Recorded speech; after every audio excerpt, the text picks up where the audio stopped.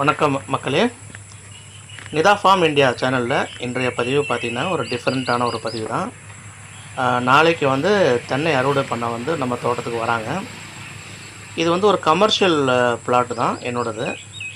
ஒரு 600 மரம் வந்து பார்த்திங்கன்னா நம்ம தோட்டம் பிக் ஃபார்ம் அங்கே இருக்குது. இது வந்து ஒரு கமர்ஷியல் பிளாட்டு. இது வந்து பார்த்திங்கன்னா இங்கே ஒரு 20 மரம் பக்கம் இருக்குது. இந்த இடத்துல எல்லாமே வந்து பார்த்திங்கன்னா இங்கே தென்னை வந்து காய்ச்சிருக்கு. இதை வந்து நம்ம எப்படி இது வந்து பார்த்தீங்கன்னா ஒரு அதாவது எப்படின்னா ஒரு லேண்ட் ஆக்குபைடுன்றதுக்காக நம்ம வந்து வச்சுதுங்க. அப்புறம் ஒரு கட்டத்துக்கு மேலே வந்து பார்த்திங்கன்னா தென்னை மரம் வளர்ந்ததுனால இப்போ ஒரு 1 இயர் வந்து பார்த்திங்கன்னா இதுக்கு தேவையான வந்து ஒரு ஊட்டச்சத்து கொடுத்துட்ருக்கோம்.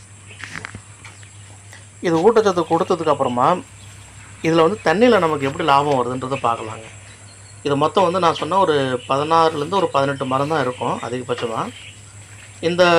இந்த மரத்தில் ஒரு மாதத்துக்கு எனக்கு 5000 ரூபாய் எனக்கு கிடைக்குது. அது எப்படி கிடைக்குதுங்கிறத நீங்கள் பார்க்கணும்.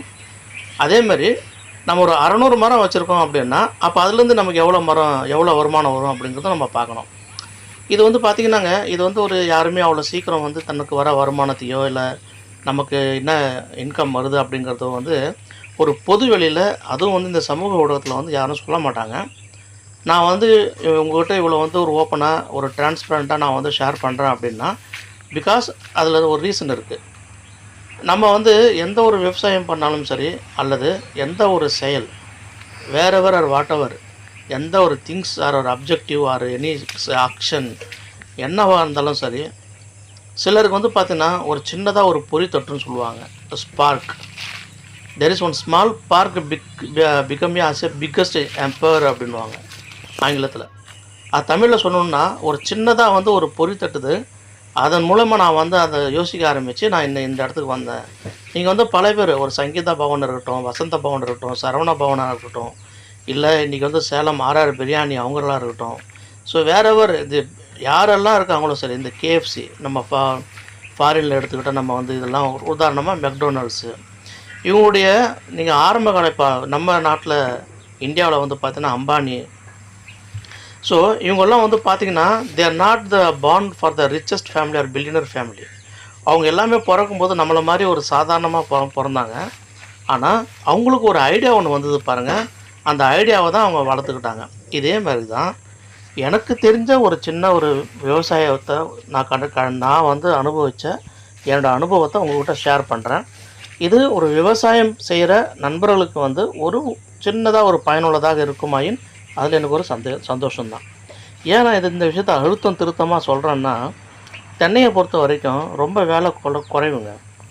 இப்போ என்கிட்ட நான் சொன்னேன் பார்த்தீங்களா, என்கிட்ட இவ்வளோ செடி மரம் இருக்குது, தென்னை மரம்லாம் இருக்குன்ற பார்த்தீங்களா, நான் குண்டு மல்லிக்கு நான் பண்ணுற உழைப்பும் அதுக்கு கொடுக்குற நான் அர்ப்பணிப்பு, அதில் 100ல் ஒரு 10% தான் இந்த மரங்களுக்கு நான் தரேன்.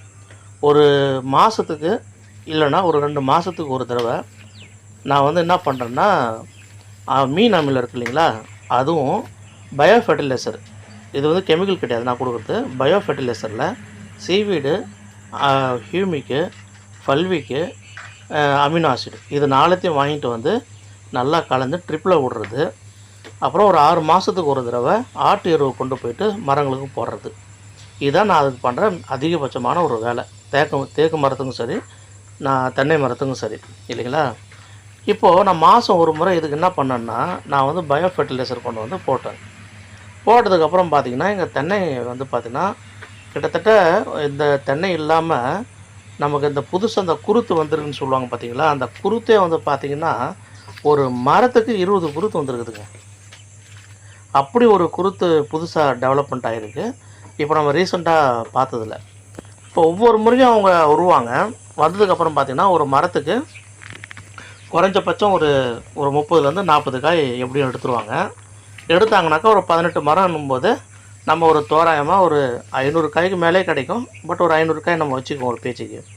ஏன்னா 35லேருந்து 40 காய் ஒரு மரத்துக்கு நம்ம அறுவடை பண்ணால் கூட இது வந்து ஒரு 10 மரத்துக்கு நம்ம 400 காய் ஆச்சு இல்லைங்களா. அப்புறம் 8 மரம் இருக்குது, 8 5 அது ஒரு 40னா 4 8 32, அது ஒரு 320 காய்னு வச்சுக்கோங்க. அப்போ என்ன ஆகிடுச்சுன்னா உங்களுக்கு 720 காய் நம்ம டெப்ரிசியேஷனில் போடுவோம். ஒரு மரத்தில் 35 40 காய் கிடைக்கல, ஒரு மரத்தில் 20 காய் கிடைக்குதுன்னு அப்படின்னு வச்சுக்கிட்டா கூட ஒரு சராசரியாக ஒரு 500 காய் வச்சுப்போம். 500 காய், ஒரு காய் வந்து என்கிட்ட அவர் வந்து பெரிய காய் ரூ. 5 எடுக்கிறாங்க, சின்ன காய் வந்து ரூ. 12 எடுக்கிறாங்க. நம்ம ஆவரேஜாக ரூ. 12 போடுவோம். சரி வேண்டாங்க, ரூ. 12 வேண்டாம், ரூ. 10 போடுவோம். அப்போ 500 காய் இன்ட்டு ரூ. 10 ரூ. 5000 ஆச்சு. அப்போது ஒரு 18 மரத்துக்கு கொஞ்சம் 5000 கிடைக்குது அப்படின்னா, அப்போ ஒரு 100 மரத்துக்கு நமக்கு எவ்வளோங்க கிடைக்கும்? தோராயமாக நம்ம கணக்கு வச்சுட்டு போனோம்னா ஒரு மரத்துக்கு 2000 கூட நம்ம 100 மரத்துக்கு 2 லட்ச ரூபா ஒரு வருஷத்துக்கு கிடைக்கும். ஒரு 500 மரம் நம்ம டெவலப் பண்ணி நம்ம அந்த மாதிரி பண்ணோம்னா நமக்கு 10 லட்ச ரூபா. இது நம்ம வந்து பார்த்திங்கன்னா இருக்கிறதுல தோராயமாக கம்மியாக போட்டதில்ல. அப்போ ஒரு வருஷம் ஒரு மாதத்துக்கு நமக்கு நிகர லாபமாக 12 லட்சம் வந்தால் 1 லட்சம் நமக்கு மாதம் வருமானம், 10 லட்சம் வந்தால் 80,000 வருமானம். செலவு வந்து பார்த்திங்கன்னா ஒரு வருஷத்துக்கே நான் சொல்கிறேன், ஒட்டுமொத்த வருஷத்துக்கு நீங்கள் 1 லட்சம் இருந்தால் கூட போதும். 1 லட்சங்கிறது ரொம்ப அதிகம். அது வந்து பார்த்திங்கன்னா வெள்ளாதி வெள்ளான்னு சொல்லுவாங்க பாருங்கள், அந்த மாதிரி ரொம்ப ரொம்ப அதிகம். அவ்வளோ கூட தேவையில்லைங்க என்னை பொறுத்த வரைக்கும். ஏன்னா ஆட்டு எருவெல்லாம் ஒரு டிப்பரு நம்ம கேள்விப்பட்டிருப்பீங்க, ஒரு டிப்பரு 2500 இல்லைனா 2700 மொத்தமாகவே. ஸோ நம்ம வந்து ஒரு 10 டிப்பர் நம்ம கொண்டு வந்துட்டோம்னு வச்சிங்களேன், 10 டிப்பர் கொண்டு வந்தாலும் நமக்கு வந்து அதிகபட்சம் ஒரு 25 ரூபா தான் வரும். இல்லை நீங்கள் வந்து இன்னொரு 10 டிப்பர் சேர்த்து கொண்டு வந்தீங்கன்னு வச்சிங்களேன், 50 ரூபா தான் வரும். 20 டிப்பர் நீங்கள் கொண்டு வந்தீங்க அப்படின்னா வெள்ளாதி வெள்ளம். நீங்கள் வந்து ஒரு 6 மாதத்தில் ஒரு தடவை ஒரு அன்னக்கூட கொண்டு போய்ட்டு ஒரு செடி ஒரு மரத்துக்கு சுற்றி நீங்கள் போட்டு விட்டிங்கன்னு வச்சிங்களேன், சும்மா மரமே வந்து பார்த்தீங்கன்னா வேறு ஒரு லெவலில் வரும். அப்போது இதில் நம்ம என்ன பண்ணணுன்னா, நம்ம மரம் ஏறதுக்கு நம்ம காசு கொடுக்க வேண்டாம், தென்னங்காயை பொறுக்க காசு கொடுக்க வேண்டாம், அறுக்கிறதுக்கு காசு கொடுக்க வேண்டாம், எதுவுமே நல்ல. எல்லாமே அவங்க யார் வந்து நம்ம வியாபாரி வராங்களோ அவங்களே வருவாங்க, அவங்களே ஏறுவாங்க, அவங்களே அறுப்பாங்க, அவங்களே கொண்டு போயிடுவாங்க. நமக்கு ஒன்றுமே வேலை கிடையாதுங்க. நம்மளோட வேலை வந்து தண்ணி கொடுக்கணும். அதுக்கப்புறம் மரத்தை வந்து நம்ம ஒரு பயோ ஃபெர்டிலைசர் கண்டிப்பாக வந்து இல்லைங்க, நான் சொன்ன அந்த ஆட்டு எருவு மாட்டு எருவு கொடுத்துட்டு அது கூடவே வந்து பார்த்திங்கன்னா பயோ ஃபெர்டிலைசர் இது வந்து பார்த்திங்கன்னா நம்ம வந்து இதெல்லாம் தரணும். நுண்ணூட்ட சத்து ரொம்ப அதிகமாக தேவைப்படும் தென்னை மரத்துக்கெலாம்.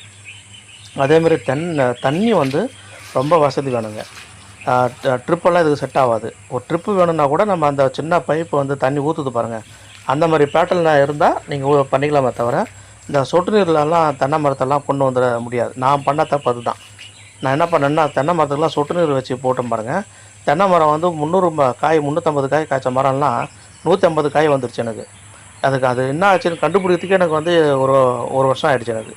அதுக்கப்புறம் என்ன பண்ணேன்னா எல்லா தென்னை மரத்துக்கு பக்கத்தில் இருக்கிற ஓஸ் எல்லாம் வந்து நம்ம குழாயில் தண்ணி வரும் பாருங்கள், அந்த மாதிரி 2-3 குழாயை வச்சு ஓப்பன் பண்ணி விட்டு நீங்கள் யாராவது வந்து செயற்கை முறையில் விவசாயம் பண்ணுற நண்பர்கள் யாராவது, இப்போ நான் வந்து இளநீர் தான் அதிகமாக போகுதுங்க, அதனால் வந்து நான் வந்து செயற்கை உரம் வந்து நான் பெருசாக சஜஸ்ட் பண்ணுறது கிடையாது. அதனால தான் நான் வந்து என்ன பண்ணுவேன்னா மீன் அமிலம், பஞ்சகாவியா, அமிர்த கரைசல், அதுக்கப்புறம் இதெல்லாம் நான் வந்து பயோ ஃபெர்டிலைசர் தான் மேக்ஸிமம். இது கெமிக்கல் கொடுத்தா ஒரு 3 மாதம் 4 மாதம் ஒரு முறை கொடுத்தா போதும். இப்போ நம்ம வந்து கெமிக்கல் தரதில்ல, கெமிக்கலுக்கு நிகராக நமக்கு வந்து ஊட்டச்சத்து வேணும். அப்போ நம்ம என்ன பண்ணணும்னா மாதம் ஒரு தடவை நான் என்ன பண்ணுறது, மீன் அமில கரைசல் அப்படி கொடுப்பேன். இல்லைனா ஆட்டு எருவு இருக்குது இல்லைங்களா, சாணம், அது என்ன பண்ணணுன்னா ஒரு 50 கிலோ மூட்டையில் போட்டு ஒரு ட்ரம்மில் போட்டு 200 லிட்டர் ட்ரம்மில் போட்டு நல்லா சீல் பண்ணுறோம். மூட்டையை சீல் போட்டு தண்ணி ஊற்றி வச்சுருவோம். அதில் தண்ணி ஊற்றிட்டு நம்ம என்ன பண்ணுவோம்னா அது தண்ணி நல்லா ஊறி அந்த சோக் பண்ண வாட்டர் வெளியில் வரும் பாருங்கள், நல்லா ஒரு சூப்பராக பவரோடு வரும் வெளியில். அந்த தண்ணி எடுத்து என்ன பண்ணுவோன்னா எடுத்துகிட்டு போய்ட்டு செடியில் கொண்டு போய்ட்டு ட்ரிஞ்சிங் பண்ணி விட்ருவேன் மரங்களுக்கு. ஸோ நம்ம இது வந்து நம்ம முறையாக பண்ணணுங்க. இன்னும் நம்ம இப்போ நாங்கள் பண்ணுற அந்த மெத்தட்லேயே விட இன்னும் கொஞ்சம் சிறப்பாக பண்ணணும். மரம்லாம் சுத்தம் பண்ணுறதுக்கு ஆளை கூப்பிட்டுருந்தோங்க. நம்ம இந்த மாதிரி பண்ணலாங்க. இது மல்லியை விட 1000 மடங்கு சிறப்பான ஒரு பயிர் என்னை பொறுத்த வரைக்கும். நான் ஏன் சொல்கிறேன்னா, ஒரு கம்பெனியில் வேலை யாராவது செஞ்சுட்டு இருக்கீங்க, அல்லது நீங்கள் ஒரு பிஸ்னஸ் பண்ணுறீங்கன்னு வச்சிங்களேன், நம்மளுடைய கான்ட்ரிபியூஷன் வந்து பார்த்திங்கன்னா ஒரு 10% இருந்தால் போதுங்க தென்னையை பொறுத்த வரைக்கும். நான் அதனால தான் மேக்ஸிமம் பார்த்திங்கன்னா என்னுடைய தோட்டமே ஒரு 2 ஏக்கர் பூ செடி வச்சுக்கிட்டு மீதி இருக்கிற 98% 97% மரப்பயிர் தான் எல்லாமே. ஒரு 500 தென்னை, 600 தென்னை, 2000-3000 முருங்கை, அப்புறம் ஒரு 6000 தேக்கு, ஒரு 500 செம்மரம், 600 சந்தன மரம், அப்புறம் ஒரு 500 மகோகனி, இந்த மாதிரி மரங்களாம் நான் நட்டு விட்டுட்டுங்க. ஆனால் இதெல்லாம் வந்துன்னா ஒரு பிக் வேல்யூ மரமாக வரும், கோடிகளில் வரும், பல கோடிகளில் 15-20 கோடி வந்தாலும் வாய்ப்பு இருக்குது எனக்கு.